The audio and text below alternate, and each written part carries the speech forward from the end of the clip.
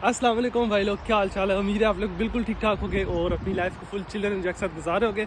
बस आपका भाई अभी एक जगह पे इंटरव्यू कह लें, मीटिंग कह लें, वहाँ पे था। वहाँ से वापस आ रहा था तो एक बहुत ही प्यारे भाई हैं, उन्होंने रिक्वेस्ट की थी कि भाई ये बताएं कि लिथुआनिया में जो विंटर्स आ जाती हैं, ठीक है, विंटर्स किस तरह गुजारनी है, जॉब्स का क्या सीन होता है। बाकी सुनने में आया है -20 डिग्री तक टेम्परेचर गिर जाता है, क्या ये बात सच है या नहीं। जो लिथुआनिया है उसके बारे में मैं आपको बता दूं, जो सर्दियां हैं वो काफ़ी ज़्यादा ठंडी होती हैं, सख्त होती हैं। -20 -25 डिग्री तक सर्दियों में टेम्परेचर गिर जाता है, ठीक है। फर्श और बर्फ़ पड़ती है और 4 से 5 महीने आपका जो है ना मौसम ठंडा रहता है, लेकिन बर्फ़ आपकी सिर्फ 3 महीने ही रहती है।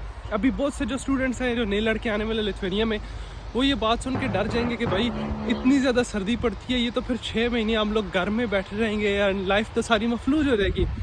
तो मेरे प्यारे भाई, ये जो लिथुआनिया है एक डेवलप कंट्री है, ठीक है। यूरोप एक डेवलप बर आज़म है। यहाँ पे पाकिस्तान में तो अगर 3 दिन बारिश हो, जो चौथे दिन जो है वो गलियाँ नालियाँ सब कुछ बंद हो जाती हैं, लेकिन लिथुआनिया में ये चक्कर है कि भाई आपकी बर्फ़ भी पड़ेगी, टेम्परेचर -25 तक भी जाएगा, बट आपकी लाइफ सब नॉर्मल चलेगी, ठीक है। पता क्या होगा कि आपकी सर्दियों में चेंजिंग क्या आएगी। सबसे बड़ी चेंजिंग ये आएगी कि भाई सुबह रोशनी होगी 7 बजे, अंधेरा हो जाएगा 3:30 4 के करीब, दैट्स इट। ट्रांसपोर्ट आपकी उसी टाइम पे चलेगी, लोग उसी तरह बाहर काम करेंगे। जो आपके बाज़ार हैं, जो खुली दुकानें होती हैं, जो ठेले टाइप दुकानें होती हैं, उसी तरह खुलेंगी। सब बंदे वैसे ही काम करेंगे, ठीक है। मेरा एक दोस्त है जो कि अपना इसी रीजन से बिलोंग करता है, लिथुआनिया के रीजन से बिलोंग करता है, और उससे मेरी एक दफ़ा बात हो रही थी ठंड के ऊपर। उसने कहा, सैयद जो मौसम है ना गर्म होता है ना ठंडा होता है, आप मौसम की वजह से कभी बीमार नहीं होते हो। आप बीमार होते हो अपने कपड़ों की वजह से। आपने अगर गर्म कपड़े पहने हैं, आपको सर्दी कुछ भी नहीं गएगी। मेरी चैनल के ऊपर यूक्रेन की सर्दियों की वीडियोस पड़ी हैं। यूक्रेन में ज़्यादा सर्दी पड़ती है लिथुआनिया से, ठीक है। बट अगर आप गर्म कपड़े पहनोगे, you will love winters of Lithuania, ठीक है। बहुत कुछ करने का होता है, विंटर स्पोर्ट्स आ जाते हैं जो हमने कभी अपने मुल्क में देखे भी नहीं है, ठीक है। स्केटिंग आ गई, आइस स्केटिंग आ गई, बहुत कुछ चिल करने का होता है। सो आप डरे नहीं सर्दियों के मौसम में। आपने ये करना है कि जब सर्दियों का मौसम आने वाला होगा, आपने 200 यूरो सेव करके रखने हैं। 200 यूरो की इन्वेस्टमेंट मस्ट करनी है। और 200 यूरो में आपने लेना क्या है, सबसे पहले गरम वूल वाली जो सॉक्स होती हैं, उनकी गरम अंदर इनसाइड वूल होती है, ठीक है। वो आपको बाजार से इजीली मिलेगी। आपने वूल वाली सॉक्स मस्ट लेनी है। 100 यूरो का फुल गर्म जो है ना आपने कोट लेना है। बजट हाई रखना है ताकि आगे आपकी सारी सर्दियाँ निकलेंगी, और समटाइम 2-2 3-3 सीजन चल जाते हैं, ठीक है। और इसी तरह आपने 100 यूरो के फुल इनसाइड वूल वाले शूज़ ले लें।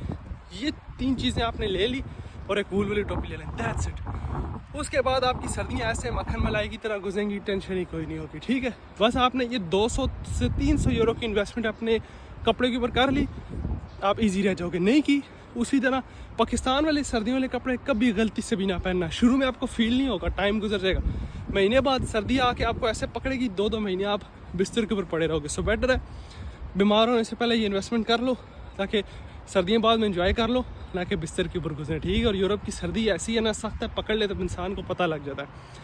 अच्छा, कपड़े हो गए। उसके बाद सर्दियों में आपने 2 चीज़ों का मस्ट यूज़ करना है लिथुआनिया में। तो लिथुआनिया में आपको खरगोश का गोश्त भी मिलता है, बत्तख का गोश्त भी मिलता है, और बटेर का भी, और इजीली अवेलेबल है मार्केट में।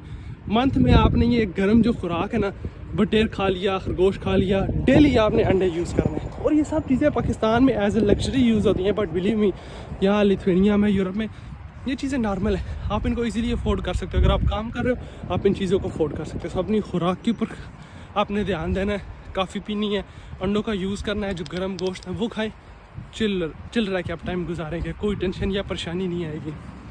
अच्छा, ये तो हो गया आपका सर्दियों का सीन कि सर्दियों में कपड़े कैसे पहनने हैं और खुराक कैसी रखने हैं।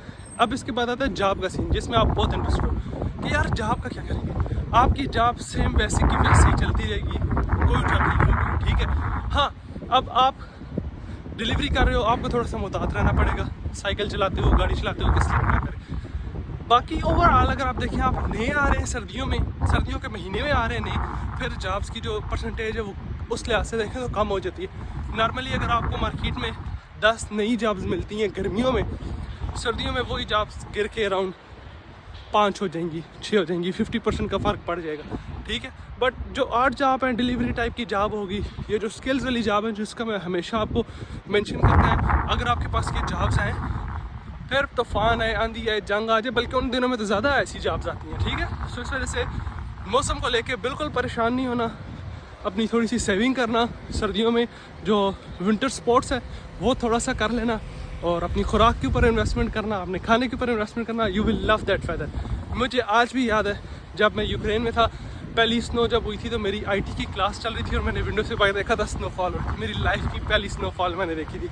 एंड काफ़ी ज़्यादा जो मेरे क्लासमेट्स थे उनमें एक्वाडोर से थे और मिस्र से थे, ठीक है, उन्होंने भी अपनी लाइफ में कभी स्नो नहीं देखी थी। सो वो एक बहुत ही अच्छा मोमेंट था। हमने टीचर से रिक्वेस्ट किया था कि टीचर क्लास को आज ज़रा 10-15 मिनट जल्दी फिनिश अप करें हम, ताकि क्लास के बाद बाहर जाके स्नो को एंजॉय कर सकें। हम लोग बाहर आए तो स्नो जो है वो ख़त्म हो चुकी थी, लेकिन फिर 1-2 दिन हमने इंतज़ार किया, स्नो पड़ी, स्नो जम की, देन आइस स्केटिंग वगैरह की और एंजॉयमेंट की। तो इसलिए मौसम से मेरे भाई डरना नहीं है। ये 3 पॉइंट्स मैंने बताए हैं, इनके ऊपर फोकस करो, एंजॉय करो और अपनी तैयारी पूरी करके आ जाओ लिथुआनिया में। अगर कोई मसला होगा आपका भाई मौजूद है, आपको बेहतरीन आइडिया देगा ताकि आप एंजॉय और चिल कर सको। तब तक के लिए अपना ख्याल रखें, दुआ में याद रखें। फ़ी अमान अल्लाह, अस्सलाम वालेकुम।